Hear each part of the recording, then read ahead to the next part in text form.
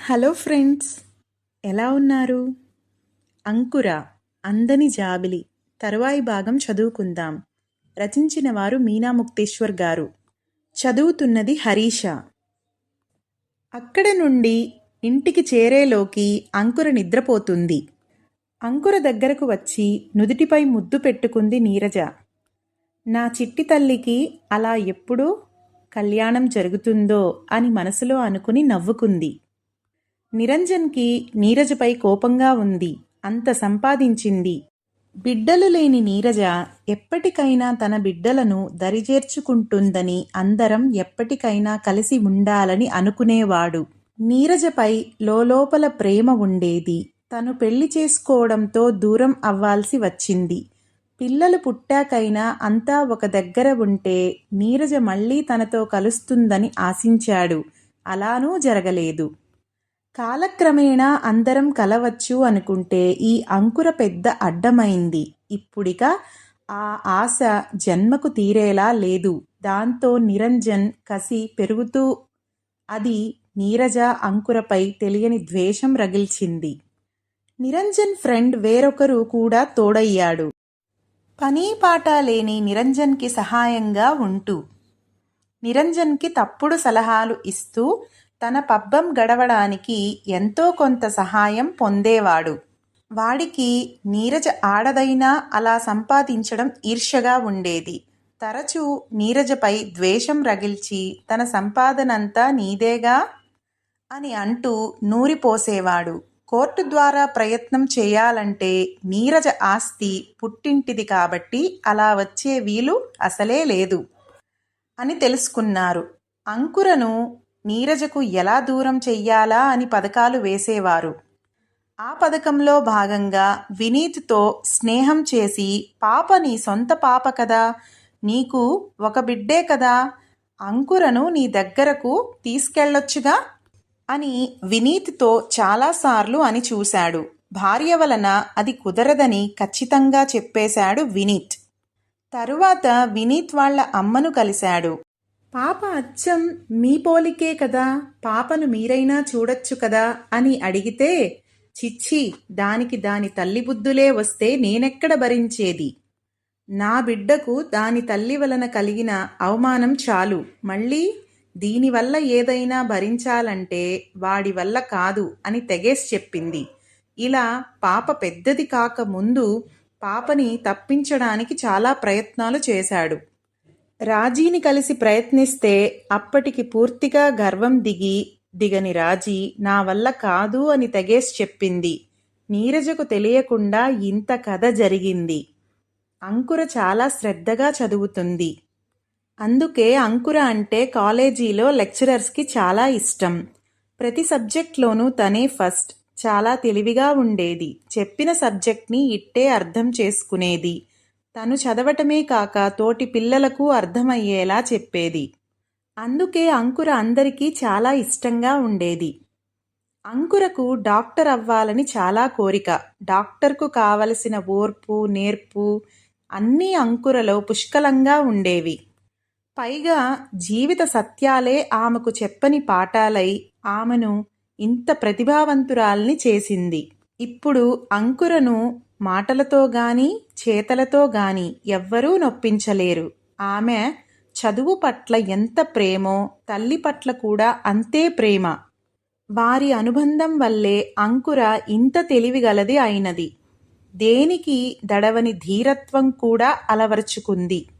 ఇప్పుడు అంకురకు తనను వదిలేసిన తల్లిదండ్రులు గుర్తొస్తే నవ్వుకుంటుంది.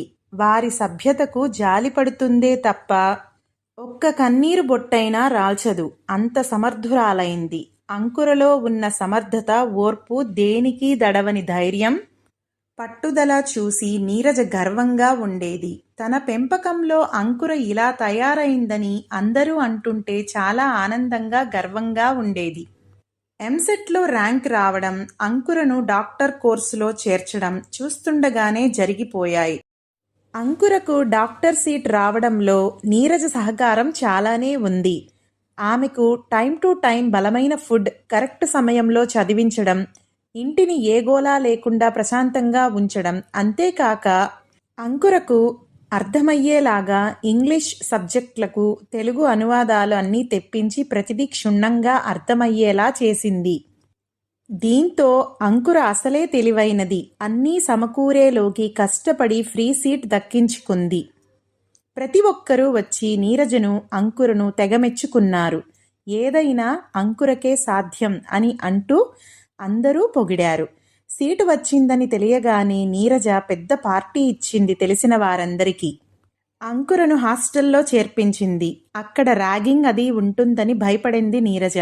నీకే భయం అక్కర్లేదమ్మా, మాకు భయం పోగొట్టడానికే ఈ ర్యాగింగ్, కాస్త ఓర్చుకుంటే సరి అని గంభీరంగా చెప్పింది అంకుర. ఇన్ని రోజులు తనతో ఉన్న అంకుర సడన్గా హాస్టల్ అనేసరికి నీరజలో తెలియని బాధ తన్నుకొచ్చింది. తను అంకుర లేనిదే ఉండలేనని అర్థమైంది. అంకురకు కూడా బెంగగానే ఉంది, కానీ భయపడలేదు. ఆ నిండుకుండ దర్పం చూసి నవ్వుకుంది నీరజ.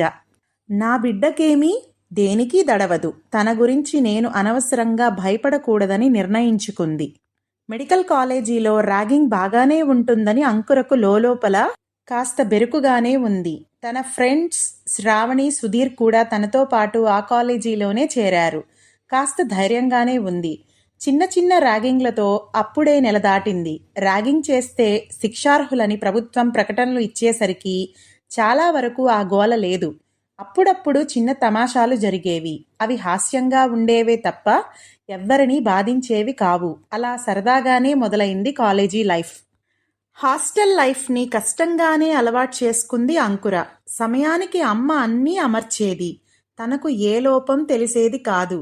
ఇక్కడ అన్నీ సమస్యలే పట్టించుకుంటే, కానీ తనకు అన్నిటికన్నా చదువే ముఖ్యం కాబట్టి ఏదీ పెద్దగా పట్టించుకునేది కాదు అంకుర.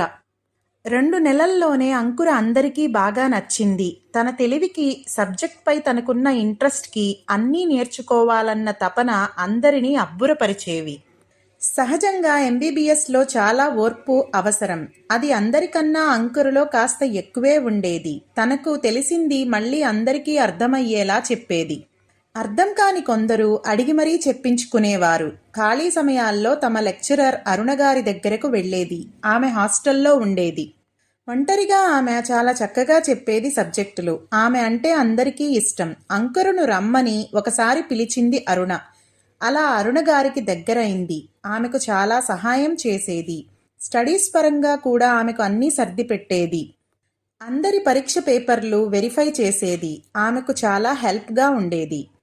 శ్యామ్ సెకండ్ ఇయర్ చదువుతున్నాడు. చాలా జీనియస్. ఫస్ట్ ఇయర్లో వాళ్ళకి కాస్త తక్కువగా చదివే వాళ్ళకి శ్యామ్తో చెప్పించుకోండి అని లెక్చరర్స్ సలహా ఇచ్చేవాళ్ళు. శ్యామ్ చాలా మంచివాడు. అందరికీ హెల్ప్గా ఉండేవాడు. శ్యామ్కి అందరూ చెబుతుంటే విని అంకుర తెలివికి చాలా ఆశ్చర్యపోయేవాడు. సహజంగా ఈ కోర్స్లో చాలా ధైర్యం కావాలి. ఫస్ట్ ఇయర్లో అంత స్టామినా చూపడం కష్టమే అని అంకుర దేనికి బెరుకు పడకుండా ప్రతిదీ క్షుణ్ణంగా తెలుసుకుని నేర్చుకునేది. అప్పుడప్పుడు శ్యామ్ అందరికీ టీచ్ చేస్తుంటే తను కూడా జాయిన్ అయ్యేది. ఆమె వేసే ప్రశ్నలు చాలా ఆశ్చర్యపరిచేవి శ్యామ్కి. ఎంత తెలివైంది! ఇన్నాళ్ళు కాలేజీకి ఫస్ట్ తనే. అలాంటిది అంకుర ముందు తను అరమార్కులోనైనా తగ్గాలేమో అనుకుని నవ్వుకున్నాడు. శ్యామ్ చేరాక కాలేజీలో చదువుపై శ్రద్ధ పెరిగింది. చెడు లక్షణాలు చాలా వరకు దూరంగానే ఉండేవి. అందుకే శ్యామ్ అంటే అందరికీ చాలా ఇష్టం. చెడు దారిలో వెళ్తుంటే కొందరినైనా మార్చేవాడు. సాధ్యమైనంత వరకు మంచి చేయండి, కుదరకపోతే కామ్గా ఉండండి, అంతేకాని ఎవరికీ చెడు చేయవద్దు, మీరు చెడిపోవద్దు అని చక్కగా చెప్పేవాడు. వినేవాళ్ళు చదువులో పడేవాళ్ళు. కొందరి తల్లిదండ్రులైతే శ్యామ్ గురించి తెలుసుకుని మా పిల్లలకు మంచి చెప్పయ్యా అని అడిగి మరీ చెప్పించేవారు. అలా అన్ని విషయాల్లో శ్యామ్ హీరోనే అందరి దృష్టిలో. నీరజకు చాలా సంతోషంగా ఉండేది. తన కూతురు డాక్టర్ అవుతుందని, ఆమె చదువు గురించి తెలుసుకుని గర్వపడేది. ఇలా ఉండగా ఒకరోజు నిరంజన్ భార్యతో కలిసి నీరజ దగ్గరకు వచ్చాడు. నీరజ వారిని సాదరంగా ఆహ్వానించింది. మాటల సందర్భంలో ఆగలేక అంకుర గొప్పతనాలు చెప్పి అంకుర డాక్టర్ అవుతుందని తనకు చాలా గర్వంగా ఉందని చెప్పింది. అది వినగానే నిరంజన్ కోపం కట్టలు తెంచుకొని, నువ్వు ఇన్నాళ్ళు మారతావని అనుకున్నాను. నీలో మార్పు రాకపోగా ఇంకా విచిత్రంగా తయారయ్యావు అని ఒక్కసారిగా గైమన్నాడు. అతని భార్య కూడా ముఖం మార్చుకుని, అయిన వాళ్ళకి ఆకుల్లో కాని వాళ్ళకి కంచాల్లో అయినట్లు మన పనులు అని చాలా కర్కశంగా అంది. తన ముందు ఏనాడు నోరు మెదపని ఆమె ఒక్కసారిగా ఇలా అనడం ఇద్దరూ విరుచుకుపడడం ఆశ్చర్యంగానూ కోపంగానూ అనిపించింది నీరజకు. దేని గురించి మీరు మాట్లాడేది అని వాళ్ళని ప్రశ్నించింది. అందుకు సమాధానంగా నిరంజన్, అంకుర గురించి. ఆ పిల్లకు ఏమి తక్కువ? నువ్వు పెంచాల్సిన అవసరం ఏమిటి? ఆ పక్క ఈ పక్క ఆ పిల్లకు అందరూ ఉన్నవాళ్లే. సరే పెంచావు, ఖరీదైన డాక్టర్ కోర్సు చదివించాలా? ఆ అమ్మాయి చదివితే నీకేంటి లాభం? అది డాక్టర్ అయితే ఒక్కసారిగా వాళ్ళందరికీ దగ్గరవుతుంది, నీకు దూరమవుతుంది. అప్పుడేం చేస్తావ్ అని మాటల వర్షం కురిపించారు దంపతులిద్దరూ. నీరజ క్షణమాగి నవ్వింది. మాకు బాధగా ఉంటే నీకు వెటకారంగా ఉందా? ఏదైనా మనకు ఉపయోగపడే పనులు చేయాలి అని గట్టిగానే అన్నాడు నిరంజన్. వాళ్ల మాటలకు పనివాళ్లు కాస్త ఆశ్చర్యంగా నిలబడి చూస్తున్నారు. నీరజ వాళ్ళని వెళ్ళిపోమంది. ఇన్నాళ్ళు లేని ఇంత బాధ ఒక్కసారిగా వీళ్లకు ఎందుకు కలిగింది అని అనుకుంటుండగానే నిరంజన్ మళ్లీ మాటలు మొదలుపెట్టాడు. నీకు పిల్లలు పుట్టలేదనేగా నేను రెండో పెళ్లి చేసుకున్నది. నా బిడ్డలు నీ బిడ్డలు కారా? వారికి అన్నీ చూడాల్సిన బాధ్యత నీకు లేదా? నువ్వు ఏ రకంగానూ నాకు సహాయపడలేదు. మేము ఎలాగున్నాము, మా పరిస్థితులు ఏంటా అని గమనించావా? నీ పాటికి నువ్వు బాగానే సంపాదిస్తున్నావుగా అని తన అక్కస్సంతా వెళ్ళబుచ్చాడు. కాసేపు ఆగాక నీరజ చెప్పడం ప్రారంభించింది. నిరంజన్, నీకు సమాధానం చెబుతాను, కానీ నీ భార్యకు సమాధానం చెప్పాల్సిన అవసరం నాకు లేదు. నా పుట్టింటి ఆస్తుల గురించి అడిగే హక్కు ఎవరికీ లేదు. నీ సంపాదన నేను కాణీ ఎరగను. పిల్లలు పుట్టలేదనే కదా మరో పెళ్లి చేసుకున్నావు. అది నాకు ఇష్టం లేకపోయినా నీ ఇష్టానికే వదిలేశాను. మళ్ళీ నీ విషయాల్లో నేను కల్పించుకోలేదు. అదే సభ్యత. ఎదుటివారి పనులు మనల్ని ఎంత బాధించినా వారికంటూ కొన్ని ఇష్టాలు ఉంటాయి. వాటి జోలికి వెళ్ళకూడదు అన్న ఇంగితం ఎవరికైనా ఉండాలి. పెళ్లి చేసుకున్నాక నేను ఎలా ఉన్నానని పట్టించుకోలేదు నువ్వు. నీ ముచ్చట్లు అన్నీ తీరాక, నీకు పిల్లలు పుట్టాక నేనంటూ ఉన్నానని గుర్తుకొచ్చి వచ్చావు. ఇప్పుడు నా దగ్గర ఆస్తి ఉందనేసరికి ఇలా అడగడం మొదలు పెట్టావు. నీదంతా స్వార్థం. అన్నీ నీకు అనువుగానే ఉండాలి. బిడ్డలు లేకపోతే భార్య వద్దు అని వెంటనే పెళ్లి చేసుకున్నావు. నేనెప్పుడూ అలా ఆలోచించలేదు. అందరూ ఉన్నా అనాథని నా బిడ్డను చేసుకున్నాను. అందులో నాకు కానీ ఆ బిడ్డకు కానీ స్వార్థం లేదు. కానీ బిడ్డలను పెంచడంలో వారి మంచి చెడులలో ఉన్న ఆనంద బాధలు అన్నీ అనుభవించాను. అది చాలు. నేనెప్పుడూ బిడ్డలు కావాలని ఆశించలేదు. భగవంతుడే ఆ బిడ్డను నా దగ్గరికి చేర్చాడు. అంకుర వచ్చాకే నాకు ఆస్తులు సంపాదించాలని శ్రద్ధ వచ్చి అన్నీ సంపాదించాను. ఒక రకంగా అది తన పుణ్యమే. ఇక డాక్టర్ సీట్ అంటావా? తను కష్టపడి పైసా ఖర్చు లేకుండా తెచ్చుకుంది. అంకుర సాక్షాత్తు ఆ సరస్వతీదేవే. ఇంతే నేను చెప్పవలసినది. నా జోలికి వస్తే నా పద్ధతులు నాకూ ఉన్నాయి. ఇక నా జోలికి రావద్దు అని గట్టిగానే తెగేసి చెప్పింది. చాలాసార్లు చెప్పాను, ఇక చెప్పను. విసవిసలాడుతూ వాళ్ళు వెళ్ళిపోయారు. ఆవేశం తగ్గని నీరజ కోపంగా కుర్చీలో కూలబడింది. చఛ, ఏం మనుషులు! ఎంతసేపు డబ్బు డబ్బు డబ్బేనా ప్రపంచం? డబ్బు దాని గురించి ఆలోచిస్తే సంతోషమే కానీ దానివల్ల బాధలు అన్నీ ఇన్నీ కావు. ఆలోచించగానే అంకుర కళ్ళ ముందు మెరిసింది. అవును, ఎప్పటికైనా ఈ ఆస్తులు అంకురకు గండమే.